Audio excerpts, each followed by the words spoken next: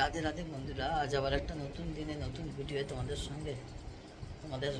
সঙ্গে একটা কথা শেয়ার করব। সবই তো শেয়ার করি, তাই জন্য এটাও শেয়ার করবো ভাবলাম।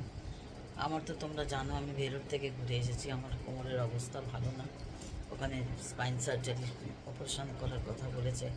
যাই হোক, তোমরা অনেকেই হয়তো আমার ঠাকুর দেখেছো। আমার ঠাকুরের পজিশানটা খুবই মানে, কারণ একটা ঘরের মধ্যে আমার সবটা কিছু করতে হয়, জায়গার তো খুব অভাব। সবার তো সব রকম সুযোগ সুবিধা থাকে না, আলাদা ঠাকুর ঘরও থাকে না।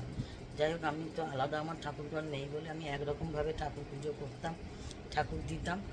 তোমাদের সঙ্গে এটা একটু শেয়ার করছি। এখন আমার বর্তমান ঠাকুরের অবস্থাটা সবটাই শেয়ার করব, কথার মাধ্যমে বা দেখানোর মাধ্যমে সবটাই করব। দেখো, এই দেখো, এইটার মধ্যে আমি ঠাকুরের জিনিসপত্র রাখতাম, আমি একটু খালি করলাম। হ্যাঁ, এটার মধ্যে তোমরা জানো আমি এটা কিনেছিলাম, এটা ঠাকুরের জিনিসপত্র রাখার জন্য। আর এর মাথাতেও টুকটাক জিনিসপত্র রাখতাম। আর এই যে এখন বর্তমান আমার ঠাকুরের অবস্থা, হ্যাঁ, আমার ব্লগ দেওয়ার একটাই কারণ, আমার ঠাকুরের পজিশানটা। ঠাকুর এখন আমার গোপাল শয়নে আছে, এবার গোপাল তুলবো, আমি পুজো দেব। আমি এই খাটের মধ্যেই আমাকে রেখে জিনিস করতে হয়। আবার প্রয়োজনে গঙ্গা জল দিয়ে পরিষ্কার করার সময় আমার একটু খাটেই রাখতে হয়, কারণ আমার নিচের জায়গাটা খুব কম। তোমাদের সবটাই দেখাচ্ছি, খুবই কম। কিছু করার নেই, আমি বাধ্য করতে এভাবেই। তা আমাকে যেহেতু আমি এভাবে আর পারছি না পুজো দিতে, আমি একদমই নিচে বসে পুজো দিতে পারছি না। আমার ঠাকুর তো মানে অনেকগুলো, আমার বাপের বাড়ির ঠাকুর, তারপরেতে আমার নিজের গোপাল, আমার আমার বিয়ানের করে আমি অনেক বাদ দিয়েছি, অনেক ছোট করেছি। কিন্তু এখন আরও ছোট করে ফেলতে পারলে হয়তো আমার ভালো। আর ভবিষ্যতে আমার মেয়ে এত সামলাতে পারবে না, আমার অবর্তমানে আমার মেয়েও এত সামলাতে পারবে না।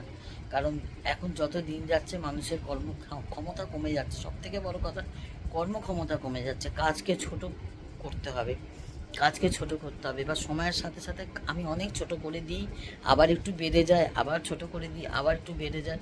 এবার যাই হোক, আমি চিন্তা ভাবনা করছিলাম যে ঠাকুরকে কী করে ওপরে তোলা যায়। আমার ঠাকুরকে ওপরে তোলার কোনো মানে ব্যবস্থা নেই, উঁচুতে রাখার ব্যবস্থা নেই। তাই আশিসবাবু তাই বলছিলেন যে এই আলমারিটার উপরের তাকে যদি এটা তো করার জন্যই আমি আর ওই করলাম যে তুমি ওপরের তাকটার মধ্যে। আর এত ধুলো পড়ে, তোমাদের কি বলবো, মানে এত ধুলো পড়ে, ধুলোর মানে পুরো পাহাড় হয়ে যায় জানো, পাখা চলে। আর আর নিচে ঠাকুর থাকলে না, আমি জানি না তোমাদের কার কী মত, নিচে যদি ঠাকুর থাকে না ভীষণ কিন্তু ধুলো পড়ে জানো তো। আজকে তোমাদের আমি আরেকটা জিনিসও তোমাদেরকে তো শেয়ার করব, সেটা আবার পরে করব। এখন তোমাদের যেটা বলছি সেই